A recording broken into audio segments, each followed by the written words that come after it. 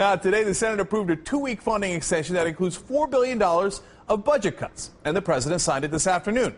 Now, the bottom line, this was a loss for the Democrats. They didn't get the month-long extension that they wanted, and they gave the GOP all of the cuts that they requested for now. Now, for the next round, the Democrats are bringing in their big guns. They've enlisted Vice President Joe Biden to lead some of the negotiations. But the Republicans are feeling emboldened after their $4 billion victory. Now, that seems strange to me, because the federal budget deficit is projected to be nearly $1.5 trillion in 2011. So it doesn't seem like they did a lot of damage there. Now, today, Republican leaders were crowing about cutting spending. I would only add that even though it was only a 2-week bill and a $4 billion reduction in spending, it is the first time I can recall in the time that I've been here, our actually cutting spending on an appropriation bill. Our team wants to cut spending in a real way, and it's time to get to work. You know, if you give Congress 4 weeks, guess what? They'll take 4 weeks. You give them 6 weeks, they'll take 6 weeks. We've got 2 weeks. Let's get the job done. Now, I guess they're bragging because they got the Democrats to do what they wanted for these next 2 weeks. But what I find interesting about that bragging is, look, 231 House Republicans voted yesterday for a bill to cut $4 billion from the federal budget, right? But before that vote, there was this vote to end oil subsidies. Now, voting for this bill, according to Congressman Markey's office, would have saved $30 billion over the next decade. Republican votes in favor? 0. That's right. Nada. Not one individual. So in the hot pursuit of $4 billion in spending cuts, the Republicans voted to keep $30 billion in big oil subsidies. Now, this is part of why I think there's very little intellectual honesty on the Republican side.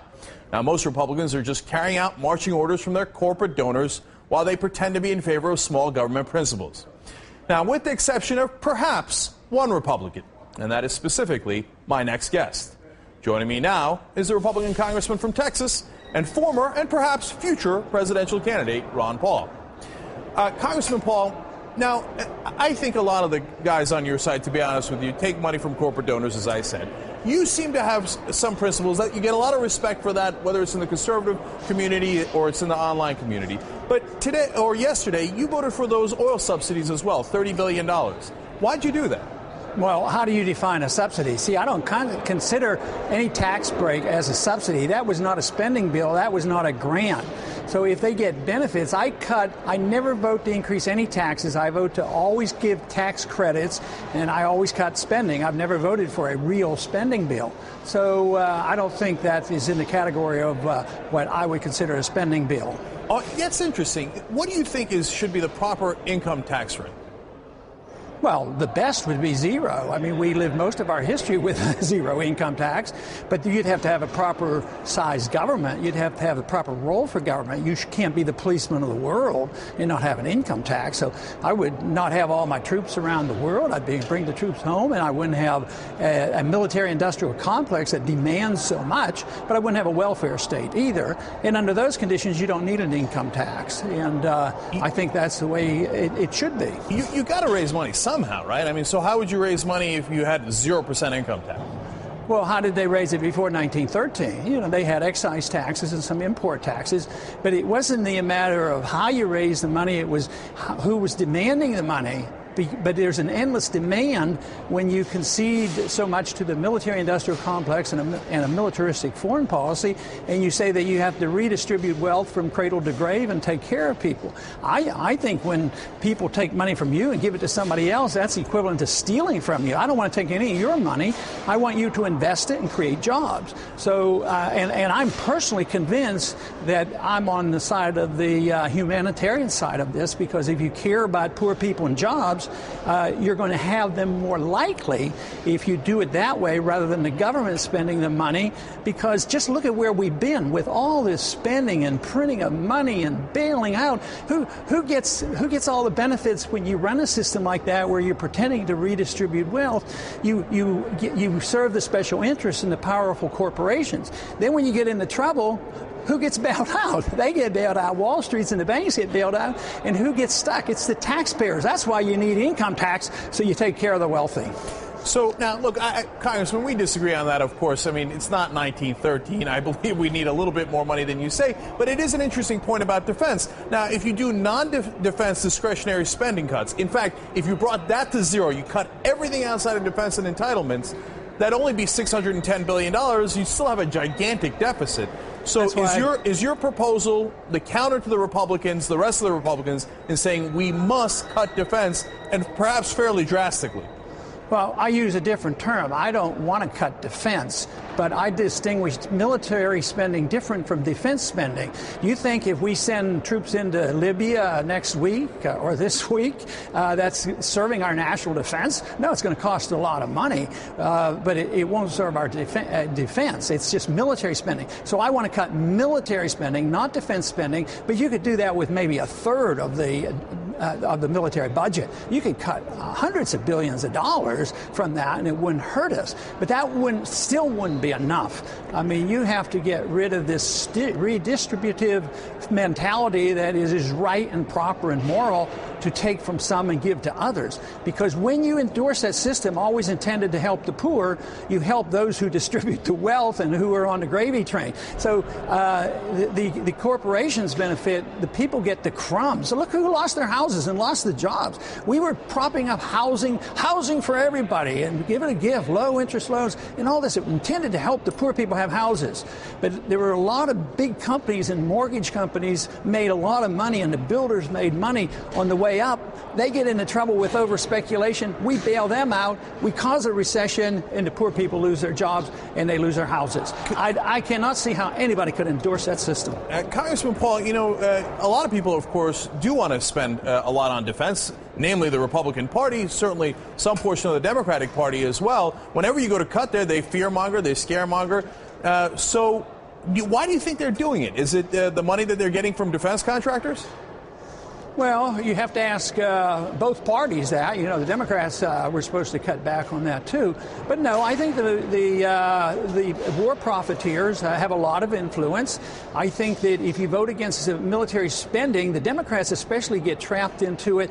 They finally get in and they take a more non-interventionist policy. Then they get in and they say, oh, we can't look weak on defense, we got to spend. But they also really endorse the policy. See, Republicans and Democrats aren't much different. They believe in the Federal Reserve paper money system. They believe in the welfare system. They believe in the warfare system. They believe in international intervention and running the world. And they also believe in intrusion into our privacy. So I don't see any difference between the leadership of the two parties. Maybe the rhetoric on the Republican side is a little bit better about, yes, less taxes and less spending, but just think, when we had 8 years of a chance to do something, Republicans really didn't cut, you know. Right, and by the way, kept spending. they were also much more in favor of defense spending. I mean, you can say the Democrats are a little guilty of that, but certainly Republicans have been pushing for that for decades. But you mentioned the Federal Reserve there. I know one of your biggest legislative accomplishments was with Congressman Alan Grayson in auditing the Fed, and that was very good. But I'm curious about what you think about credit, because you and I have had this discussion before, and I'm not sure a lot of people know this. What do you think should be the credit policy of the United States? Should you be able to borrow money to buy a house, a car, et cetera? Oh, sure. In a free market, you can do that, but the market generates the credit. You know, if I had an automobile and you and I had a transaction and I want $10,000, I can extend you credit, and all of a sudden there's $10,000 worth of credit. Or an automobile company could do that, or a bank could do that. But the credit really is backed up by savings. The crime that is being committed today is that the credit comes out of thin air. In the old days, what you had to do is you had to put the money in this, you had to work, you had to live, you had to save, you put your money in the bank, and then they loan it out for you. Today, or for the couple decades, there's been essentially no savings, and the Fed says, well, interest rates are awfully low, but there's no savings. What we're going to do is just give more credit. And it's a false signal. It causes all kinds of malinvestment and all this debt accumulation. So artificial credit by the Fed is wrong. It is an immoral, illegal act, really. Let me follow up on that real quick, though. What if a kid that's in your district, a poor kid in Texas, got good grades, wants to go to school, doesn't have the money for it because he's poor? Do you think he should be able to, the government should give him a helping hand and give him an opportunity? No. Or should he be able to get a loan? Or that's it, tough luck, you're poor, you don't get an education?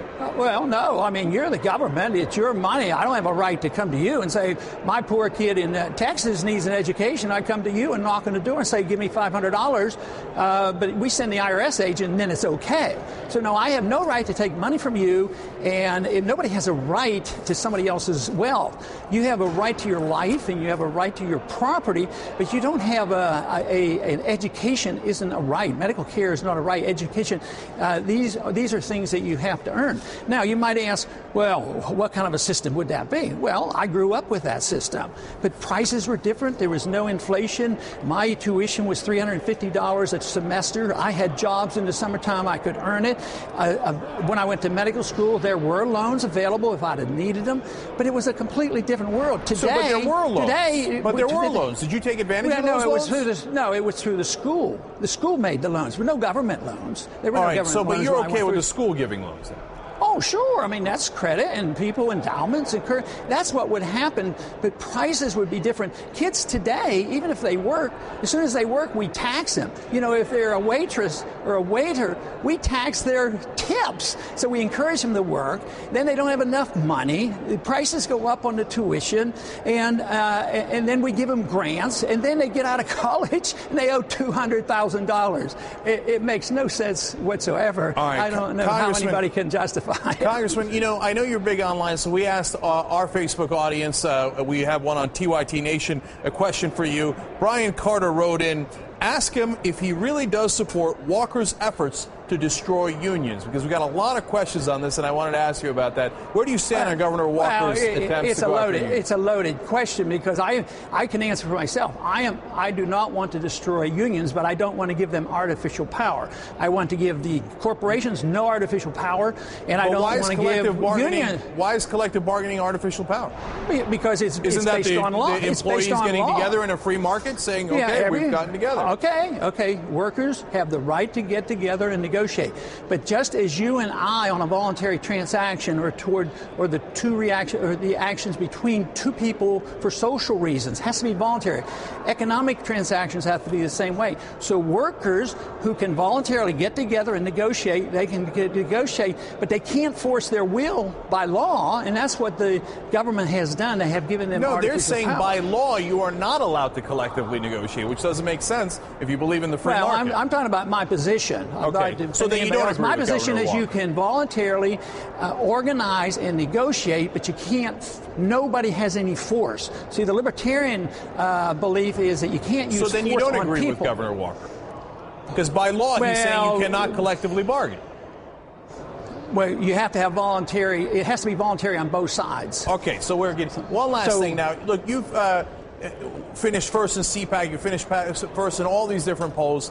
Obviously, that puts you in a position where you might run for president. Sarah Palin says that she won't run for president if there's a candidate in the race who speaks for her. Do you think you could adequately speak for her? Oh, I doubt it. I think we have some disagreements, so I don't think I would be able to do that. I mean, I would appeal to the people who like her and support her and try to convince them that what I believe in and my interpretation of the Constitution is, very strictly limiting government and non-interventionist foreign policy. Yes, I would work real hard to appeal to her supporters, but I don't think you could translate that into saying that somehow or another I'd be speaking, for her. I mean, that would be a little bit of a stretch. I think so, too. So are you running? We're losing you. Are you running? Are you running for president, Congressman Paul? Oh, hold on. This is great. Go ahead. Congressman Paul, last question for you. Are you running for president? I haven't decided, and it'll be a little while before I do that. A lot of, especially the young people, the next generation that realizes what we're getting into and what burden they're bearing, they're anxious for me to do it. I think it's a worthwhile thing to do, but I'm a bit away from making that decision because it is a very tedious job to run. All right, Congressman Ron Paul of Texas, thank you for your time tonight. We appreciate it. Sure thing.